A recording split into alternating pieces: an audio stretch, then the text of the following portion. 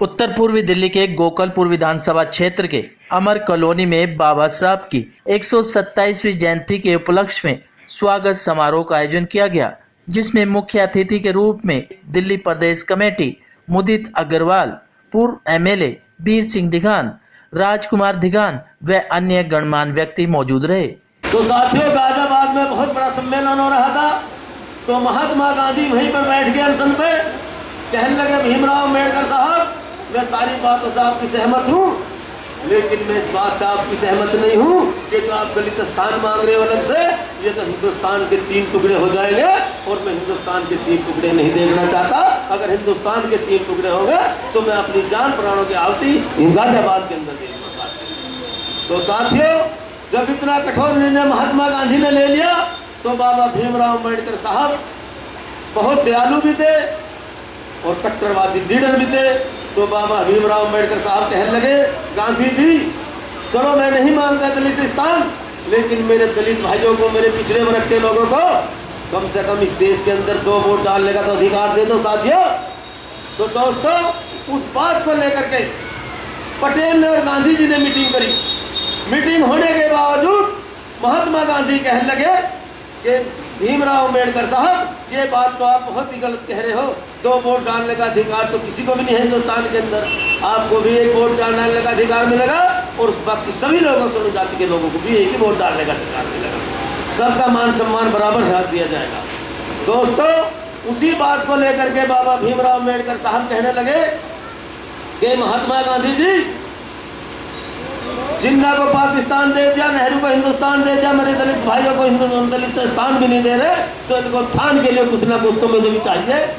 तो महात्मा गांधी ने और अंग्रेजों ने मिलकर के मीटिंग करी और मीटिंग करने के बावजूद महात्मा गांधी ने और अंग्रेजों ने एक बात कही कि यहाँ के दलितों को और पिछड़े वर्ग के लिए जो विश्व बैंक से 900 करोड़ रुपया मिलता है, सालाना 900 करोड़ रुपए जो है वो दलितों को उसके लोन देने के हिसाब से दिया जाएगा, ताकि उनकी उन्नति हो जाए, वो उससे पढ़े लिखे और उससे उनका विकास हो जाए, दलितों का उत्थान हो जाए।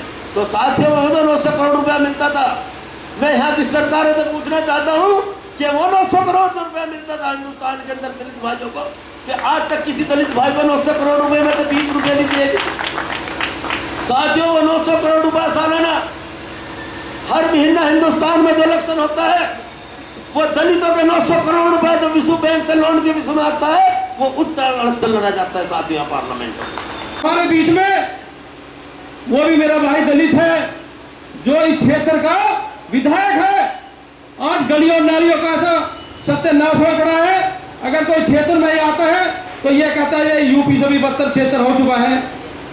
लेकिन हमें वो चीज दिखानी है जो बाबा साहब ने हमें संस्कार दिए हैं, उन संस्कारों पर हमें चलना है। संस्कारों पे हमारे बीच में, जैसे कि मेरी माता बहनें, मेरे परिवार के लोग, मेरी बहनें, मेरे भाई आज एजुकेशन पे जा रहे हैं। बड़ी खुशी का टाइम है, हमें बड़ा खुशी का माहौल हमारे लिए हो। कोई बच्चा हमारे बीच में से कोई शिक्षित हो गए, कोई डॉक्टर बने, कोई इंजीनियर बने, कोई क्षेत्र का एसडीएम बने, कोई डिप्टी कलेक्टर बने, हमें बड़ी खुशी का है माहौल हमारे लिए कि ये बाबा साहब की देन है जो आज हम यहाँ बैठे हैं। 27वीं जयंती जो बाबा साहब की है, उसको मनाने यहाँ उपस्थित हुए हैं।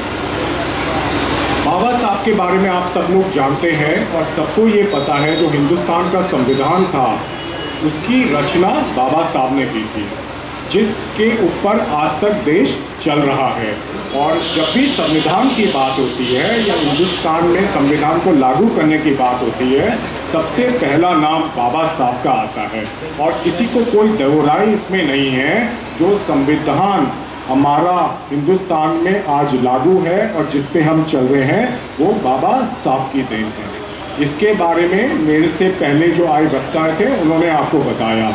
लेकिन एक चीज़ जो कभी लोग जिक्र नहीं करते बाबा साहब के बारे में और जो उनकी असली सोच दिखाता है, वो है वो उस समय 1930 में, 1940 में, जब तक उनकी मृत्यु हुई उससे पहले जो एक बीड़ा उन्होंने उठाया था और जो समाज में वो लोगों को शिक्षित करते थे, वो थे महिलाओं के अधिकार के बारे में शिक्षित करते थे, जिसकी मैंने देखा है बहुत कम जगह जिक्र होता है, लेकिन वो उनका जो व्यक्तित्व था उसका सबसे सुनहरा अध्याय, उनके जो विचार जो महिला सशक्तिकरण को लेके थे, जो एक महिला की जगह इस समाज में होने चाहिए या जो एक बेटी की जगह एक घर में होनी चाहिए, उसको लेके थे।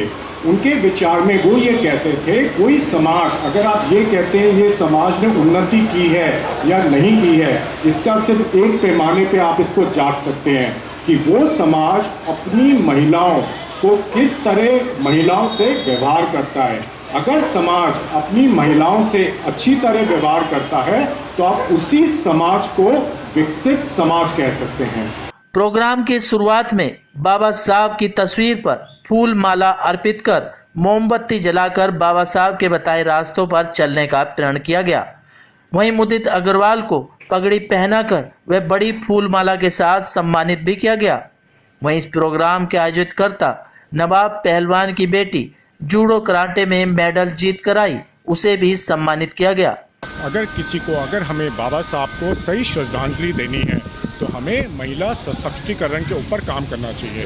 उन्होंने 1940, 1930 में, उस समय जब कोई भी महिला सशक्तिकरण की ज़्यादा बात नहीं करता था, उस समय वो ये कहते थे समाज का सही उन्नति तब होती है जब वो अपनी महिलाओं को इज्जत दे। जिस समाज में महिलाओं को इज्जत नहीं होती उसको हम उन्नत समाज नहीं कह सकते। उस समय में वो इस बात पे जोर देते थे, जो माँ बाप हैं बेटे को तो पढ़ाएं, उससे और ज़्यादा भी ज़रूरी है कि बेटी को भी पढ़ाएं। उस समय क्या होता था, हिंदुस्तान में लोग बेटों पे ज़्यादा ध्यान देते थे, बेटियों को नहीं पढ़ाते थे। वो बेटियों की शिक्षा की बात उस समय करते थे। उस समय वो मातृत्व लाभ की बात करते थे, जिसको हम मैटरनिटी बेनिफिट कहते हैं। ये उनकी सोच दिखाती है कि वो कितने दूरदर्शी थे और वो महिलाओं की हमेशा बात करते थे। तो मैं तो ये चाहूँगा, अगर किसी को बाबा साहब को सही श्रद्धांजलि देनी है तो उनको अपने जीवन में जो महिलाएं होती हैं उनको इज्जत देनी चाहिए, चाहे वो घर में हो चाहे बाहर में हो। ये हमें बड़े खुशी का अवसर हमारे लिए, और हमें बड़ा अवसर मिलता है इस चीज़ के लिए। बाबा साहब हमारे बीच में हैं और हमेशा हम इस त्यौहार को अच्छी तरह से मनाते हैं। जैसे कि मेरे क्षेत्र में लोग बड़े धूमधाम से मनाते हैं, बड़ी खुशी का माहौल हमारे लिए, हम इस त्यौहार को मनाते हैं। बाबा साहब देखो, जो बाबा साहब को नहीं मानता है हम उन पर आँच लाने नहीं गिर सकते, लेकिन आज पूरे हिंदुस्तान के अंदर बाबा साहब का जन्मदिन मनाया जाता है। जैसे कि हमारे बाबा साहब के संविधान को जो आँच पुचाएगा हम उसे बर्दाश्त नहीं कर पाएंगे। बाबा का साहब का हमेशा जन्मदिन बड़ी खुशी से मनाते हैं। आज तो पूरे भारत में जन्मदिन मन रहा उनका। ये नहीं है कि गोकुलपुर विधानसभा के अंदर पूरा भारत उन्हें पूछता है। 127वां है और जब से हमारी पैदाश भी नहीं है, जब से पहले जन्मदिन मन रहा है बाबा साहब का। मैं संदेश देना चाहता हूँ पूरे भारत के लिए, पूरे गोकुलपुर विधानसभा के लिए नहीं, पूरे भारत के लिए, कि बाबा साहब ने जो संविधान हमारे लिए बनाया है, आज बच्चे, हमारे नौजवान साथी, मेरी माताएं बहनें जो शिक्षित हो चुकी हैं, सब बाबा साहब की देन है। इसके लिए जो आज एजुकेशन में आगे चल रहे हैं, सब बाबा साहब की देन है। याद आज 127वीं जयंती बाबा साहब के आज हम मनाने जा रहे हैं। तमाम गोकुलपुरी के लोग, जो हमारे राजनीतिक भाई हैं और हमारे सामाजिक कार्यकर्ता हैं और हमारी जितनी महिला शक्ति है, हम सब मिलकर आज अंबेडकर साहब का जयंती मना रहे हैं। संदेश ये देना चाहता हूँ, बाबा साहब के जितने भी अनुयायी हैं बढ़ चढ़ कर हर प्रोग्राम में हिस्सा लें। बाबा साहब के जो बताए रास्ते हैं उन पे काम करें। बाबा साहब के जितने भी हम भाई हैं उनको हम सब मिलकर एक झंडे की तले आने चाहिए। बाबा साहब के जो बताए रास्ते हैं उन पे हमें काम करना चाहिए। उस झंडे के नीचे काम करने चाहिए। तमाम लोगों को, जो हमारे अशिक्षित लोग हैं उनको हमें शिक्षा देनी चाहिए। जो हमारे संगठन के लोग हैं उनको अपने संगठन के अंदर जोड़ना चाहिए। और जितने भी है, हम एक बात और कहना चाहते हैं इस मीडिया के माध्यम से, जिन लोगों ने हमारे नाम पर, जो दलितों के नाम पर भ्रांति फैला रखी है, वो अपना काम कर रहे हैं, मगर आज हम बाबा साहब के जो अनुयायी हैं, हम धर्म का काम कर रहे हैं। हम हर धर्म को जोड़ के काम करना चाहते हैं, हर धर्म के साथ काम करना चाहते हैं। हम पूरे भारत में कोई अज्ञात बातें नहीं करना चाहते। सिर्फ धर्म की एक बात जोड़ना चाहता है कि भाई से भाई जुड़े और हम आगे बढ़कर काम करें। चाहे कोई राजनीतिक पार्टी हो, चाहे कोई संगठन हो, चाहे कोई सामाजिक कार्यकर्ता की कोई कार्यशैली हो, हम मिलकर काम करेंगे पूरे भारत के साथ। इसी के साथ जय हिंद, जय बाबा साहब। इस बारे में मैं एक ही बात कहूँगा कि हमारे देश में, हिंदुस्तान में कम मनाई जाती है और विदेशों में बहुत ज़्यादा मनाई जाती है। मैं देख रहा हूँ, टीवी भी देखता हूँ, सोशल मीडिया पे भी देखता हूँ कि जितना इनको लोग विदेशी प्यार करते हैं शायद हिंदुस्तानी उतना कम मानते हैं। जितना नाम, जितने अवार्ड, जितनी उनकी प्रतिमा को वो लगाते हैं बढ़िया बढ़िया बना के, शायद हिंदुस्तान के अंदर ऐसा नहीं हो रहा है।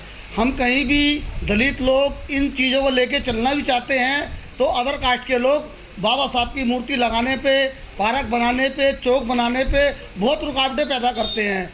जिन्होंने संविधान लिखा है उनके साथ, दलितों के साथ दुर्भाग्य की बात है कि इस तरीके का लोग घृणा भावना से हमें देखते हैं। और बाबा साहब का नाम हम तो लेना चाहते हैं मगर आज भी जो जर्नल कौम है वो इनको आज भी नहीं चाहती है। और एक बात और मैं चाहूँगा कि जैसे कि अभी जल्दी में मोदी ने एक क्षण के अंदर करेंसी बदल दी, हमें डर है कहीं ऐसा ना हो बाबा का संविधान भी बदल दिया जाए। ऐसा यदि युग हुआ तो दलित समाज चुप नहीं बैठेगा। जो 2 अप्रैल को एक नमूना हमने समाज ने दिखाया था, यदि ऐसा मोदी ने कुछ करना चाहा तो इससे बड़ा रूप दलित समाज दिखा के रहेगा। धन्यवाद। बहरहाल इस प्रोग्राम में स्थानीय लोगों ने भारी संख्या में भाग लिया और बाबा साहब के बताए रास्तों पर चलने का अनुसरण भी किया। सिटी न्यूज़ दिल्ली के लिए महेश कुमार की रिपोर्ट।